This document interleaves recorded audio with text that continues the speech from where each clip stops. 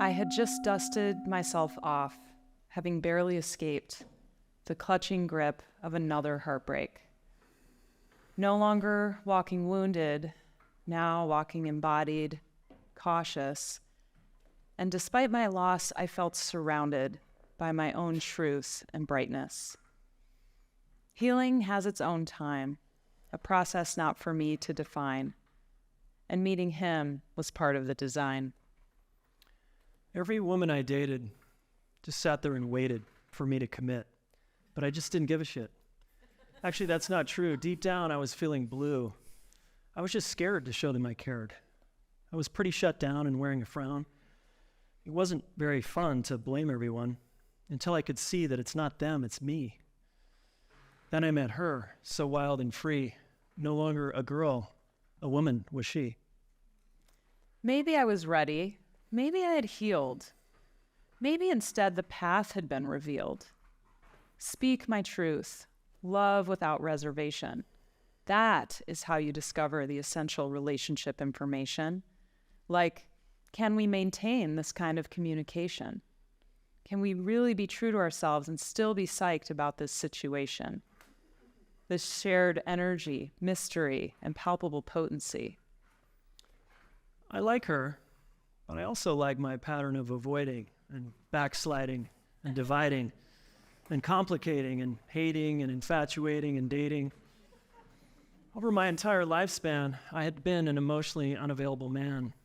Decades of hiding behind my wall and finding fault. Instead of owning my fear, I'd run like a deer. 1 foot out, 1 foot in, exacerbated my doubt and kept me from going all out. Because all I wanted after all of my fails was to have this man, this relationship, without compromising myself. So I decided to name the story I wanted to claim, the one of you and me and us. Nothing else could I discuss. Therapy, meditation, and self-reflection steered me in a new direction. I conquered my fear, I got really clear, and I came back sincere. And to my surprise, he chose to rise to a committed relationship with me. That wasn't about him or me, but we. So with a soft, slow kiss, I finally said, let's do this. Through all the strife, and for the first time in my life, I wanted her to be my wife. It came from within, and I went all in. It's about time to find my spine and put my heart on the line. Once we joined forces, I never looked back. There was no map for this task, but we knew relationship could be a path to grow and evolve to our fullest selves, to see what was possible when two people commit to doing the seemingly impossible. Woo!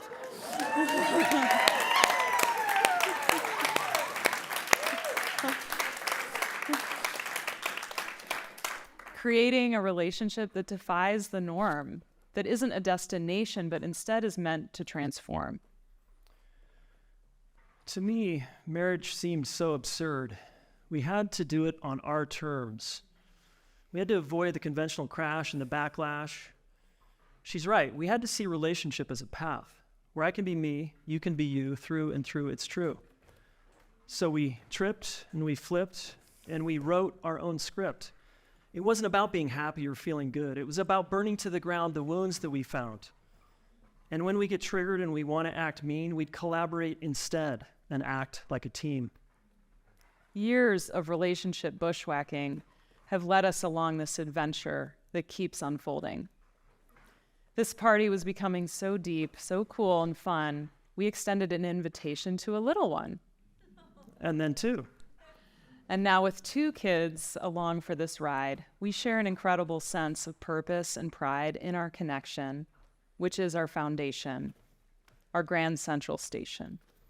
And now we have 2 kids counting on us to put up our stuff and not put up a fuss and work out our stuff. And because it can still get tough to do all the things, to lend a hand, to seek to understand, to validate, to empathize, to prioritize and not polarize. Because I still get hurt.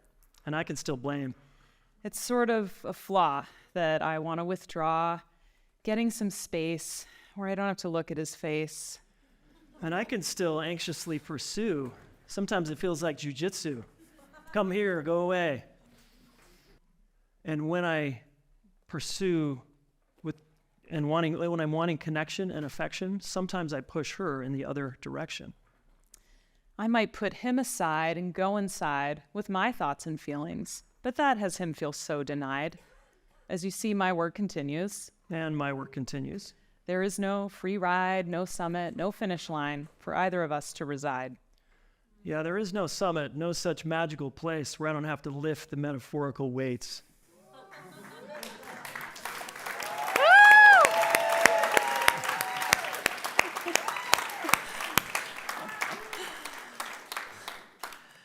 Just the importance of continuing to honor and share our truth, knowing our vulnerability furthers our relationship's vitality and youth.